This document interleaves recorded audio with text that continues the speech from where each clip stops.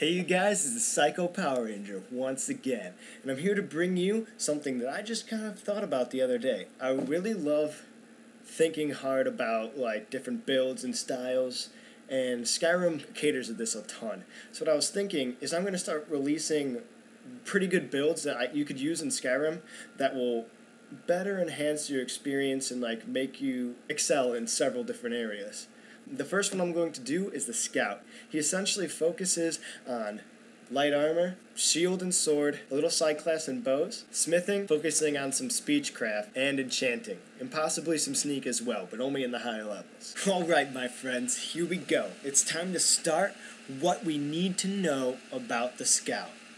First of all, you need 450 in health. Secondly, you need 450 in stamina. And finally, you need 200 in magicka. What this health, magicka, stamina build aims to achieve is a high health and stamina with a little bit of magicka for restoration spells. One-handed is your most important skill. Go ahead and max this one first. Put 5 into armsman, 3 into bladesman, 1 into fighting stance, 1 into savage strike, and 1 into paralyzing strike. What this aims to achieve is to have high standing attack power that will be able to crit often and do a lot of damage. Next, raise up block. 5 in shield wall, power bash, deadly bash, disarming, and shield stance. Then go back, deflect arrow, elemental protection, block runner. This aims to make it so that you will be a high skilled blocker. You'll be able to fight with your shield along with deflect fire elemental attacks and ice elemental attacks for dragons. You want to raise up light armor. Max everything in the light armor perk. Custom fit, matching set, deft movement, unhindered, and windwalker. This will allow you to be able to excel in all light armor fields, along with giving you a huge bonus to stamina regeneration. This is vital. Smithing is up next. Go ahead and take all of the light armor perks in smithing. This aims to make it so that you can make legendary dragon armor. This will give you huge armor bonuses and will allow you to withstand most attacks, even if it is just light armor. Next, go to enchanting. Put all 5 into enchanter, then go up the center of the tree to Insightful Enchanter, Corpus Enchanter, and Extra Effect. With this, it will allow you to make powerful armors that will give you the strength to fight off almost any enemy. You want to spec into Restoration. Most importantly, you want to do Novice Restoration, Recovery 1, and Avoid Death. This will allow you to have Avoid Death, which will make it so that you heal 250 health if you drop below 10%. This is like a second life essentially, and very important for your survival. You want to spec into Archery. But don't do this too fast, because archery requires a lot of perks to make powerful. You want to go 5 into overdraw, eagle eye, skip steady hand. It's not as good as you would think. It slows down and kind of messes up your aim in general. Hunter's discipline, power shot, ranger, quick shot, and bullseye. All this put together will give you super powerful ability to kite. You will be able to almost exclusively use the bow if you choose so. And also, it'll make you a very powerful explorer if you're outside in the world looking for areas. You are now left with 17 perks. You can do whatever you want with these perks. What I recommend is putting them into speech. Speech is very important in all Bethesda games. I in particular like to spec so that I can buy things for a cheap price. So haggling is an obvious must. Then you get to choose which path you want to go down. Do you want to do a bribery and go down the way so that you can increase your questing ability? In which case you would do bribery, persuasion, and intimidation. This would allow you to easily quest throughout most of the game. Me personally, however, I like to go down the purchasing plan.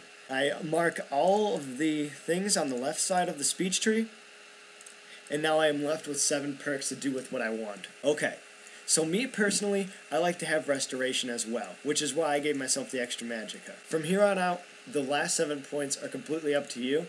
But I like to take myself down the tree up to Expert. This will allow you to use all the most powerful mage spells without having to use the long casting spell. Then, I like to have that extra mana regen, so I also put the extra one in recovery. Finally, regeneration, which will allow me to regenerate my health quickly with my magic attacks. Now we have 2 points left. You could put one of the points into quick reflexes. This will allow you to block off enemies pretty easily. I would say it's worth it. And finally, this one isn't exactly important considering you're going to be making and enchanting your own weapons, but it could be helpful while you're trying to get to the level you want to be at. Arcane Blacksmith will make it so that you can improve magical weapons and armor. Some other honorable mentions would be the dual casting, the magic restoration, putting them into speech to increase your bribery and persuasion, but the thing is, you can enchant a necklace to give you almost unfailed persuasion, so there's no real reason. Or if you really wanted that slowdown, you could go ahead and put that into 2 steady hand, and that would be it. Now, with those last 19 levels that you'd get by going to jail, you put it into Sneak. Sneak is a flawless skill. It can make it so that your backstabs can do up to 15 times. If you add that onto a glove that you get from a certain quest that I'm not going to reveal, you can make it up to 30 times. That is crazy. You can actually do 1,500 so damage to enemies that don't see you. You can one-shot mammoths, giants, anything you can think of, it's essentially dead. I will talk of a build later that exploits this for early levels, but it makes you extremely weak head-to-head, so you have to kill them. This is why I don't think it's good for a beginner build. You should, after doing that, be left with 6 more points. What do you do with them? Anything you want. I honestly didn't think of anything else to do with it, so go ahead and do what you want, man. Hook yourself up. Alright, you guys, I hope you really enjoyed this video. If you did, or you thought it was helpful, go ahead and like it. If you do like my channel in general, go ahead and subscribe. And if you have any of your own build ideas, go ahead and post them down bottom. And I'll go ahead and give you my opinion on them, or I could end up showing them for you guys, or just leave me a comment just because you think I'm sweet.